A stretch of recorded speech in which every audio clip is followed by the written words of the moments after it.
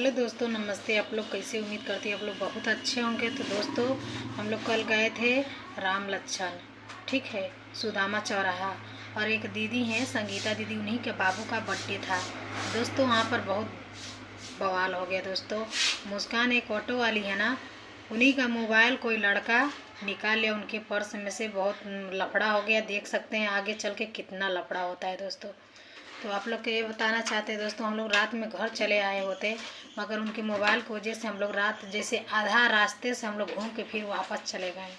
ठीक है दोस्तों, तो आप लोग इसी तरह वीडियो में बने रहिए। और दोस्तों, अभी मोबाइल मिला नहीं, और जो लड़का पता नहीं कौन लिया है, मतलब उसका संगतिया या कौन लिया है, मगर एक अपाची है, अपाची घर पे रखा हुआ है।